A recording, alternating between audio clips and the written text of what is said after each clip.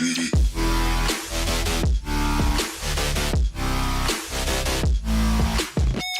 right, another episode of the Cheat Sheet, doing tight end, defense and special teams, kicker rankings today. Our last set of rankings for the 2020 season. I'm Sebastian Caballero. We have Austin with us today. The other two are on vacation. JT's at school. I guess that's not really vacation, but he's not here today. It's like another personal day. Got to go through these rankings, man. Got to go through these rankings because these, although not as crucial as the other ones, they're still very important. And we're going to run through some of these names right now. Let's start with the tight ends. Let's go through the tight end list. So, with our overall rankings, at number 1, we have Travis Kelce. Number 2, Greg Kittle. Number 3, Zach Ertz. I don't think there's any surprise there. Mark Andrews at 4. Little surprise there. Darren Waller in at 5. Mark Ingram in at 6. Derrick Henry in at 7. Noah Fant in at 8. Austin Hooper 9. Jared Cook in at 10. All reliable Jared Cook. Hayden Hurst, a sleeper to watch out for here. The first of many here in the tight end position. In at 11. Gronk in at 12. Gronk making a comeback, baby. In at 12. Mike Gesicki, another sleeper to talk about. Juno Smith, another sleeper to talk about. Tyler Higbee, Jack Doyle, Eric Ebron, Dallas Goedert, TJ Hawkinson, and Blake Jarwin.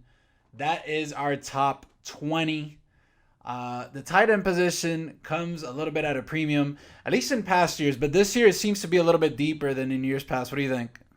I definitely think the depth of the possibility of having one of these top 10 to 20 tight ends is very high. Like in past years, it felt like drafting a good tight end was damn near impossible. No, and I mean, some of these guys, I mean, you look at the list, Andrews is at 4, Waller is at 5. These were rookies last year, essentially. They were in some leagues they were going undrafted, or if you were taking them, you were taking them in the 11th or 12th round. So if you were able to get them at that point, you got a pretty decent steal. There's also some guys like Evan Ingram, Hunter Henry, who are guys that when they're on the field they hit, but health has been just a concern for a lot of these guys, and it's a reason why I said health is gonna. There's a lot of sleepers in this one because a lot of guys are in a great position to do exceptionally well. Let's start with the guys that you're taking. Since it's only us two, Austin, give me the 2 tight ends you're looking at. Obviously, let's stay away from the top 4. Obviously, if you got Kelce, you got Kittle, you got Ertz. Unless it's the first round, if they're there, you're probably considering them. But who are the guys, middle of the draft guys, that you're looking at? So definitely, I mean, I wouldn't say he's in the middle of the draft, but Hunter Henry, like you alluded to earlier, he's I would say he's one of the best tight ends in the league, healthy. He's had a lot of injury problems, so that's one of the reasons that keeps me hesitant from drafting him a lot, but even though I still end up with him on my team a lot.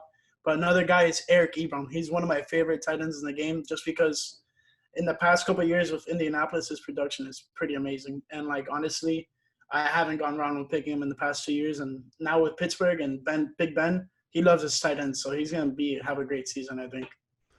Yeah, I mean, for me, I really love Noah Fant. You saw what he did towards the end of last year. I've been talking about him every single episode. I'm big on the Broncos this year.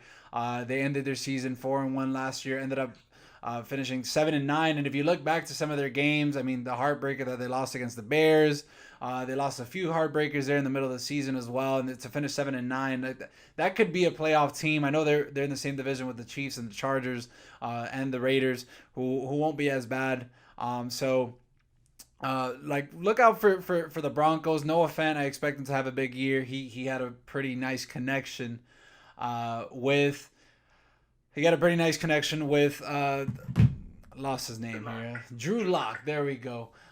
With Drew Lock. The other guy that I'm gonna go with, and this one is I'm usually not for drafting injury prone guys, but Jack Doyle, because of Phillip Rivers. Phillip Rivers, his entire career has relied on the tight end. First with Antonio Gates, then with Hunter Henry. Jack Doyle, right now, we have him listed at 16, 17. He's listed as 17, so you already know this is somebody that you're going to end up getting later on in the draft, and you could potentially get some decent production at that slot. They don't have Eric Ebron, so just look for Doyle to get a few more targets this year. He could potentially be a top 10 guy, just like we have the guys that we are looking to draft. We're also looking at guys that we want to avoid.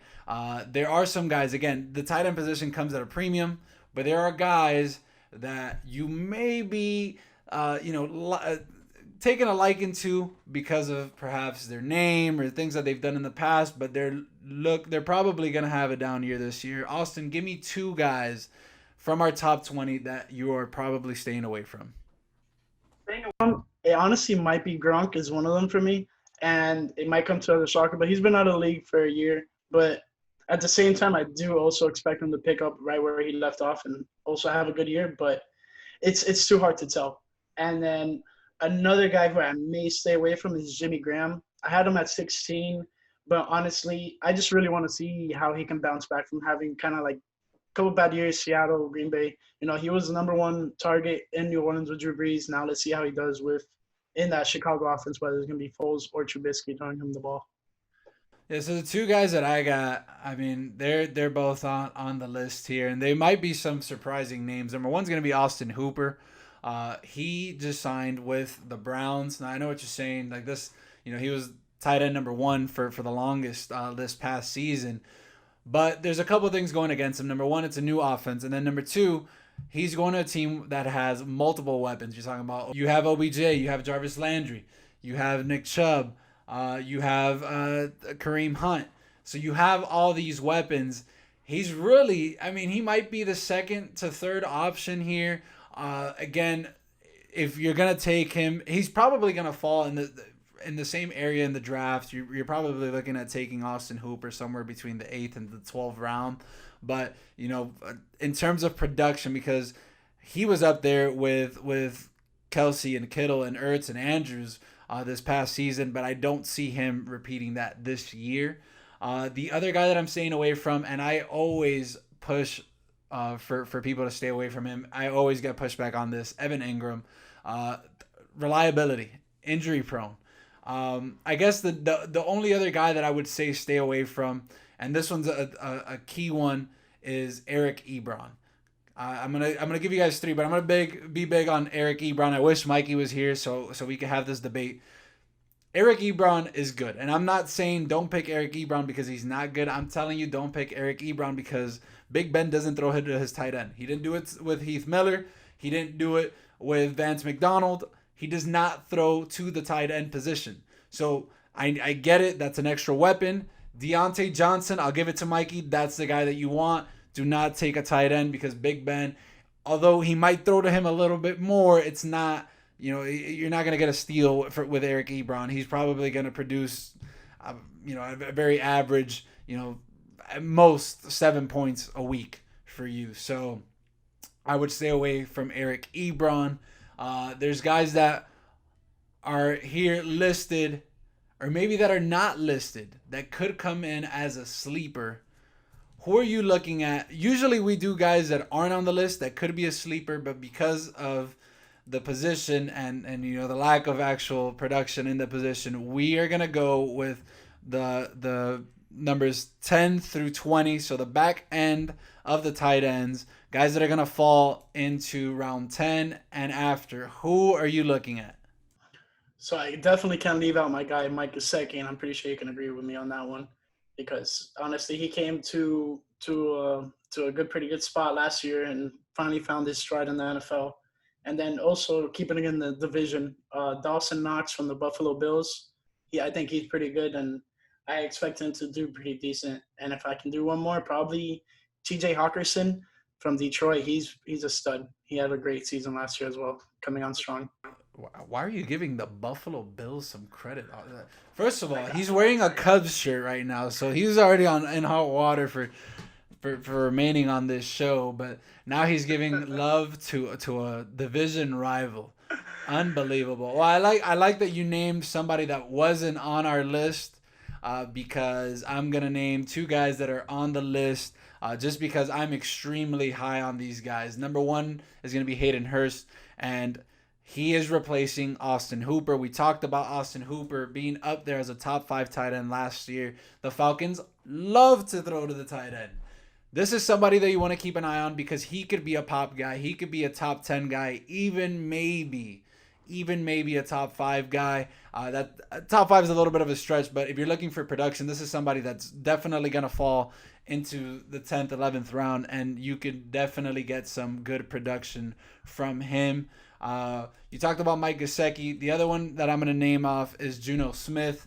Obviously, with the loss of Delaney Walker, he's taking over that role. Delaney Walker, always a reliable tight end. Not somebody that's going to be a top 5 guy, but was always a top 10 tight end for the most part. Tannehill seemed to have a little bit of a connection with him last season. So Juno Smith, somebody that could give you some decent amount of points, especially with you getting him later in the round. Let's go over. Well, you know what? Let's talk about drafting tight ends, Austin. So for you, and I did a mock draft earlier, and it's always those top 3 guys, Kelsey, Kittle, Ertz, that you're just like, you know what, in the second round, sometimes you have to because you're either going to reach for a wide receiver or maybe reach for a running back. But then you have one of these 3 guys who's basically another, low end receiver, wide receiver 1, or maybe like a high wide receiver 2. But how do you go about it in terms of handling the tight ends? So, me personally, right now I'm in one of like a 12-man league, and I was in the same league last year. And me and my cousin did literally the same thing. Like, we were the last picks of the draft, and we ended up getting back-to-back, like, the tight ends. Like, I saw him take one of the top tight ends, so I took the next top tight end because guess what? After those 2 guys, there wasn't really much out there for anyone else to pick. And then you can turn that into some type of capital. Obviously, after the draft, you can do trades inside the draft. But definitely doing trades for other receivers and running backs, whoever you may have your eye on. That's what I used it as. I didn't go through with any trades because I felt like my team was good there. But definitely you got to address the tight end situation within the first 3 rounds. If not, you're probably stuck with someone who's not as good. But this year, I feel like it's a little bit different. Yeah, and you brought up a good point here. Drafting a tight end within the first 3 rounds, obviously they're limited, right? Because everyone has that same mindset. It's like, I'd rather draft an Ertz over the famous Amari Cooper or something like that, or draft a Travis Kelce over an Adam Thielen. So those guys will go fairly quickly. One of the strategies, and now this only worked last year. So what I did, and this wasn't necessarily my original goal, but I knew he was gonna have a good year. Last year I had drafted Zach Ertz early, and I knew Darren Waller was gonna be good because everyone kept saying Darren Waller was gonna be great, right? And I drafted them both. I drafted Waller like in the 14th round, so it was a complete steal for me. But I ended up playing them both, and what that did for me, that gave me so much leverage because at some point you're gonna have to bench one of your tight ends because of their bye week. But if you have 2 tight ends that you could play, that you know that are gonna give you those consistent points, I would go for that. That's something that I'm going to look for in this draft. I'm going to try to go tight end early and then try to go somewhere in the middle with one of the guys that we talked about earlier, like Hayden Hurst, even Mike Gesicki, Juno Smith, Jack Doyle. If I can get them both and I see early production, I'm going to play them both. And the other factor to that is that you could potentially, because of the lack of tight ends, you could ultimately get yourself a deal if you're lacking at another position, which you probably will. So definitely something to potentially try it out. I tried it out last year, won both leagues in which I did this. So it has, it did work for me. I can tell you one thing, though. You would not get Darren Waller in the 14th round this year at all. No, no. You have to find the next Darren Waller, though. Yeah, I mean, you might get one of these guys. You might get maybe a Juno Smith in the 14th. Yeah, maybe like a Tyler Higbee or something like that. But let's keep going. Somebody to keep an eye out, by the way. Now that we're talking about tight ends and rookies, and that might pop. That Komet guy from the Bears. You love apparently love Chicago Corey sports. Komet or something like that. Yeah, I have all my Chicago people telling me that he's the next great thing. So keep an eye out on him. Shout out to you guys. You see, I show Chicago fans some love from time to time. Let's go on to defenses here. Here's our top 10 overall rankings for defenses. No surprises. San Francisco in at 1, Buffalo in at 2, Pittsburgh in at 3, Baltimore in at 4. I guess New Orleans could be a little bit of a surprise. They're not known for their defense, but they've always been like a quietly a really good defensive team. New Orleans in at 5, Denver in at 6, the Bears in at 7, the Titans in at 8, the Chargers in at 9. However, I feel like with the loss of Derwin James, that this might knock them out a little bit. And then the Browns came in at number 10. Austin, give me the two defenses, and let me be clear because this happens every single year, right? Like, I remember the year after the Jaguars made it to the AFC Championship, it was like, oh, the Jags are the number 1 defense going out. The Rams last year, it's like, oh, these teams are for sure gonna hit, and all of a sudden, they end up middle of the pack. The Bears, same thing last year, they fell off. So take these rankings. This is all a guess because you really never know. If there's a position that's extremely volatile, it's the defense special teams position. Austin, give me the two defenses that are ranked inside of the top 10 that you're for sure taking. So the two in the top 10 for me, honestly, I'm gonna go with. Well, no, you didn't even have it there in the top 10. So I'm gonna go with San Fran, obviously number 1. They were just a buzzsaw last year, but at the same time, like you said, they could have a fall off and be ranked 20th in the league. You never know. And then another one is Minnesota. Well, that's not even on your top 10, but it's on my top 10. So I'm going to take Minnesota because they just traded for Nick, I don't pull up his name, whatever. The guy from the Jaguars, you know me. And then because they just have they have always had a good defensive team. And I don't know why people have been sleeping on Minnesota's defense.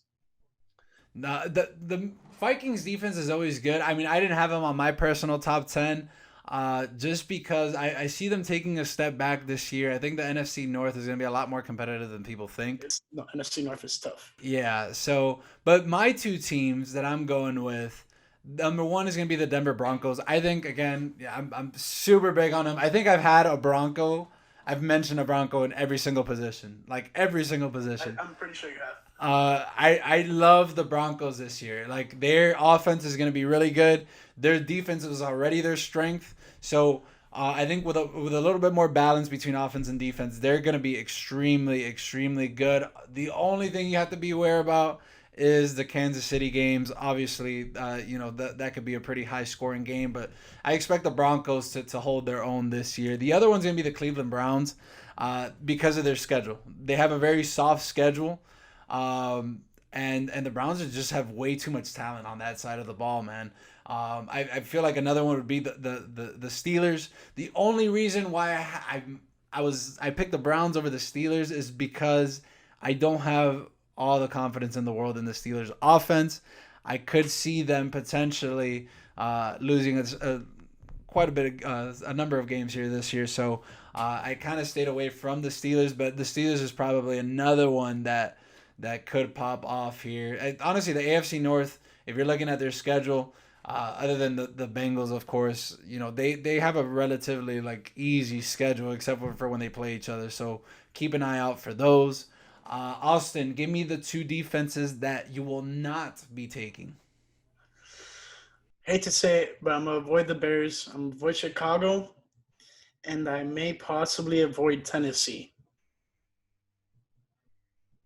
Just because, Chicago, they had a great season, fell off, and then who knows what's going to happen this year. It's very unpredictable with defenses. I do assume them to be within the top 15. Don't get me wrong, but top 10, I don't know. Even though I put them in my top 6, I'm not too sure. And then Tennessee, just because, they had a good playoff run last year. Lots of it was due to Derrick Henry's success, but the defense did step up when needed. So if they can carry that into this year, it will be phenomenal, but it may be a reason to avoid them as well. Well, like I mentioned earlier, I think the loss of Derwin James, you saw how bad the Chargers were last year. I mean, they struggled a lot, and he's a huge piece for them. So I would, out of our top 10, and again, I think when we originally did the rankings, the Chargers actually weren't in the top 10. Or I mean, when we originally did the rankings, they were in the top 10, and I think you could make the argument that they were a top 10 defense. But now with the loss of Derwin James, that definitely kind of knocks him out. So I wouldn't be as quick to select the Chargers. There's already some question marks as far as who's going to be, how's their offense going to be without Phillip Rivers. How's it going to be with Tyrod Taylor running the show? The other one that I'm going to stay away from is the New Orleans Saints because of their schedule. They play some tough teams. They got the Packers this year. They got Tom Brady twice with the Bucks. So there's a couple of games there. The games that they play with the Falcons are always tough. There's a couple games in there always where the Saints end up giving a number of points, and probably not a defense that I'm going out of my way to draft. Maybe for the last pick, if I don't have a defense, maybe I consider them. How do you go about drafting your defense? Because some people vary. Some people like to take what is assumed to be the number one defense early. Like, for example, you already know somebody's going to reach for the 49ers, say 11th, 12th round, which is extremely early for a defense. But how do you draft a defense? Is that even, like, of an importance to you? Defense and special teams, to me, honestly, are like, I wouldn't say they're not important, because that's every asset of fantasy football is important to success and winning games. But I would say that what I importancize, like, having all my players, like, I gotta have my starting lineup already before I can even think about drafting a defense or special team. And then I wait a little bit, try to get some other key players if I like who I see there. But if I'm starting to not like the players I see available, then I'll go ahead and reach for a defense or special team. Yeah, I don't like reaching for defenses unless it's like, yeah, I used to do this a lot. I used to definitely reach for defenses in like the 11th or 12th round, but it wasn't necessarily like the number one defense. It was just a defense I felt really really good about because I didn't like anybody else at that time. Um, I draft defenses in one of two ways. Number one, if I don't like anybody, especially round 12, 13, 14, I'm going to pick a defense. And then number two, I don't like getting later into like the top four, like anyone that's not a top four, top five defense. I like to have a solid defense because there's nothing shittier in this world than playing a game where you're in a close ball game and then your defense goes up and gets you negative points. That's always a shitty feeling. Yeah, like the Dolphins week 1 and 2 of last. Yeah, like it'll always happen. Like it'll always happen. You'll have one or two regardless of what defense you pick, but you want to get the one that's will get to the least amount of negative points. That's for sure. Let's go to kickers. Let's finish this off. Our top 10 for kickers. This one is, this one's pretty automatic here, especially with the first couple of guys. Our top 10, Justin Tucker. I mean, that's Mr. Automatic there. Harrison Butker, Will Lutz, Greg Zuerlein, Matt Gay, Zane Gonzalez, Matt Prater, Robbie Gould, and the guy with the best name in football, Young Ho Koo, is number 10. He rounds off that. I'm so glad he made it because that's such a fun name to say. But the kickers are a little bit more obvious. You know who's going to get you points. You know who's not. There'll be times where, a kicker will only get you like 3 or 4 points because the team only scored 3 touchdowns. They didn't really have any field goal opportunities. But who are the guys that you're for sure taking? Obviously, if it's Tucker, if it's Butker, if it's Lutz, Zuerlein, you're going to take them. Is there a guy, and it could be somebody off this list, that you usually like to pick or somebody that you're looking for this year? I usually like picking Mason Crosby, Greg Zuerlein, and Brandon McManus. So Mason Crosby out of Green Bay, Brandon McManus out of Denver, and Greg Zuerlein out of Dallas. McManus easily Denver because the elevation, you can kick balls better there. Mason Crosby, Green Bay.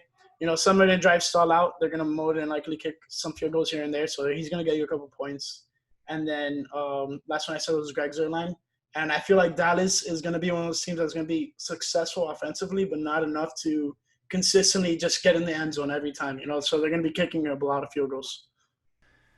Yeah, I'm definitely a fan of drafting kickers early, so I don't even look to think outside of the top four. Like if I don't get one of the top four guys, I'm pissed. But a guy to look at this year is Matt Gay because I feel like the Buccaneers are just gonna put up a ton of points this year. He even had a decent amount of points last year. He was a top 10 kicker last year with Jameis. He did miss a number of field goals, but still he had more good weeks than not. The other one that I'm going to go with is Zane Gonzalez. He kind of came as a surprise last year. He was a top 5 kicker. And Arizona's defense just got better. He's kicking indoors. You always like that. That way there's no wind playing, nothing like that.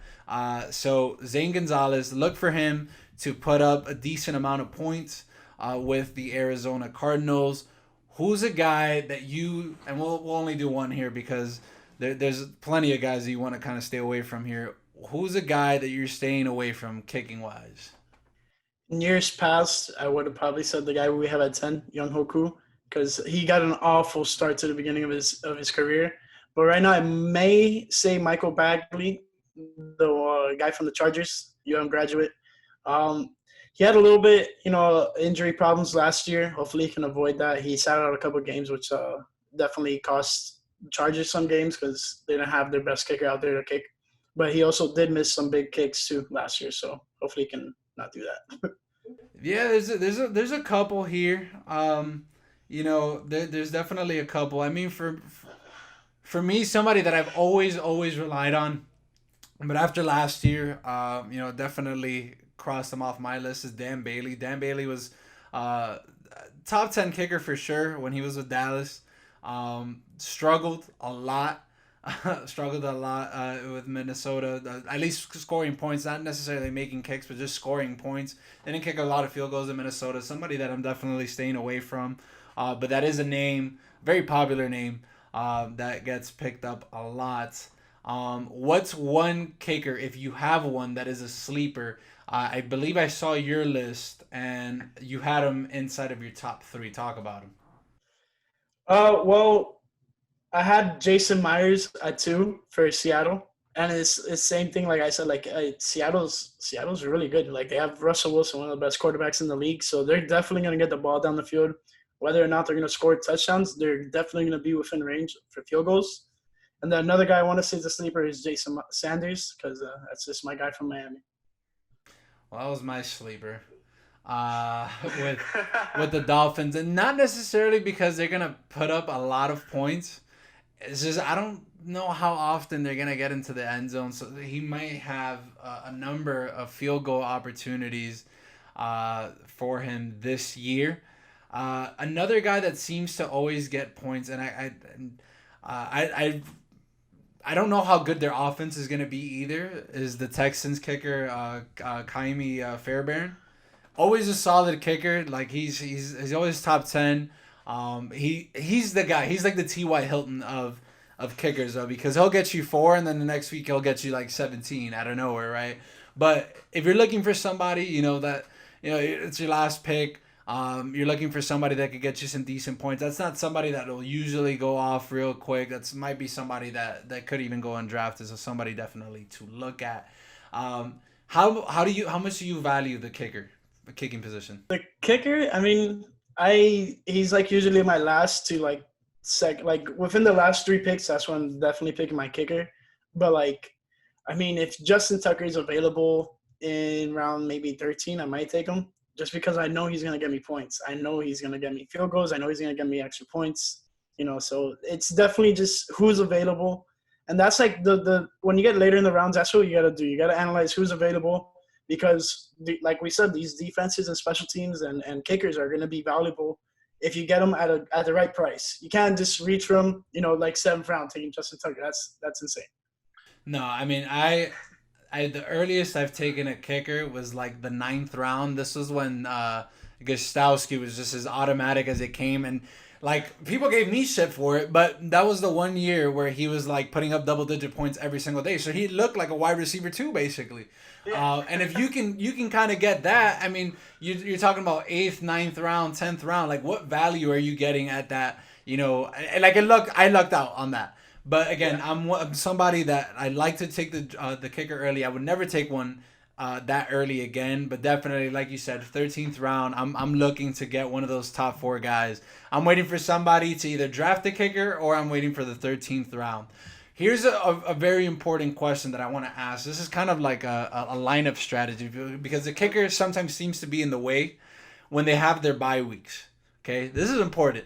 So if you have like, unless you have like one of the top five guys, this might not be an issue. But if you have, a Justin Tucker, a Harrison Butker, a Will Lutz, when your kicker has a bye, how do you handle that if you don't want to lose a spot on your bench?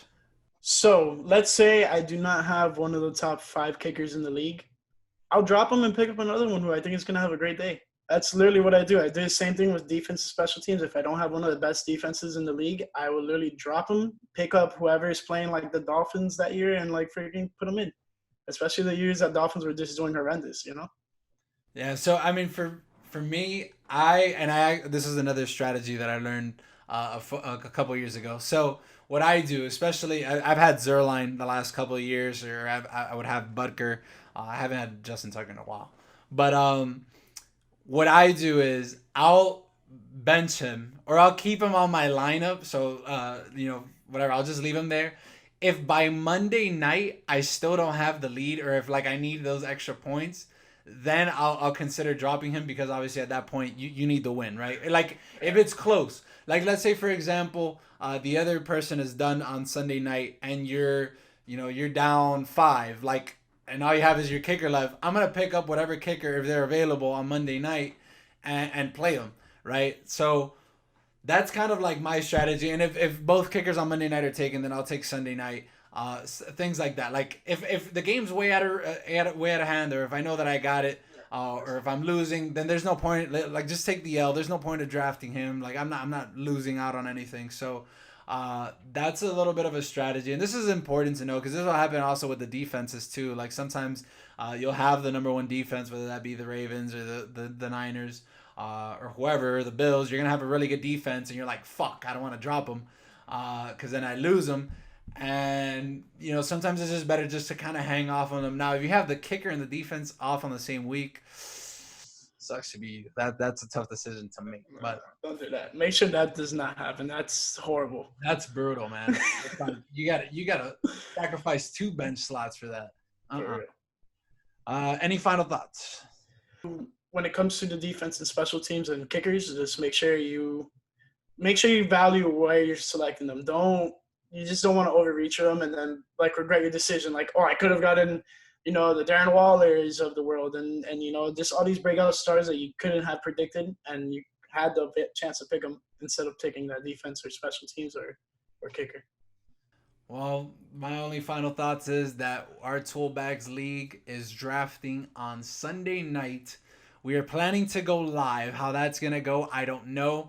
We're gonna try to go live on YouTube. Uh, if at all possible, we'll try to get some different faces in here so that multiple people can be a part of the draft, and you guys can kind of be in on the action. I'm actually looking forward to that. If for whatever reason you are not sure what to do in your draft, because I'm assuming a lot of you guys are drafting, especially with it being the final week of the off season. Regular season starts next Thursday. Cannot wait for that. If you're drafting, still not sure where to go, well, we already got you. We broke down every position, every single one of our rankings: quarterbacks, running backs, wide receivers, tight ends, defenses, kickers.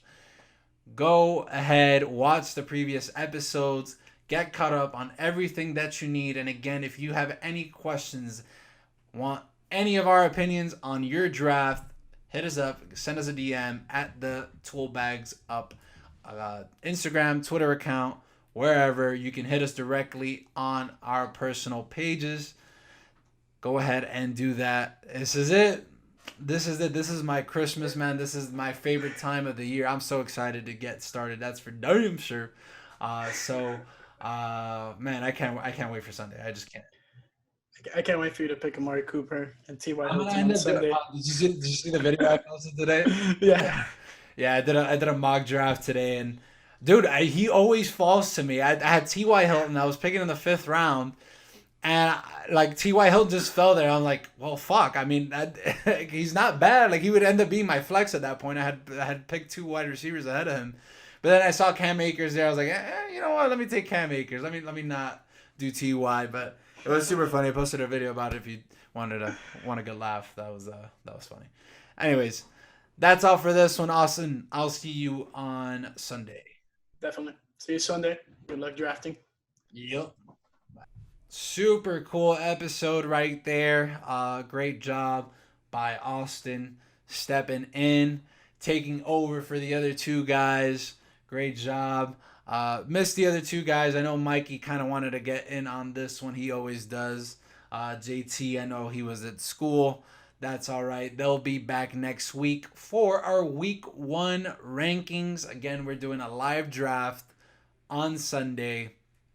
Be tuned for that. That should be extremely, extremely fun. Looking forward to that. That's for sure. Don't forget to like and subscribe on all platforms. We are on YouTube. We are on Apple Podcasts. We are on Spotify. We are on iHeartRadio. As always, don't forget to like and subscribe on all platforms. YouTube, Apple Podcasts, Spotify, iHeartRadio. Go ahead, like, share, subscribe. Don't forget to sign up for the Thrive Fantasy app. Thrive Fantasy app is the best app for you guys that love sports betting, that love fantasy sports. You need to sign up for the Thrive Fantasy app. Use my code TOOL. TOOL. Once again, use my code TOOL, TOOL. I'm going to hook you up with 20 instant dollars. Yep, 20 instant bucks into your Thrive Fantasy account. You do that, you can also enter to win a free t-shirt. You don't have to do anything except send me a screenshot of you using my code TOOL when you sign up for the Thrive Fantasy app. And again, you get 20 instant bucks. You get entered automatically into a free Tool Bags Up t-shirt giveaway, and you get the 20 instant bucks. You got to have a minimum of $20 to sign up to get the 20 instant bucks. Easy money. Sign up with $20, get 40 to start off once you use my code TOOL. That is all for this one. Until next time, I'm signing off.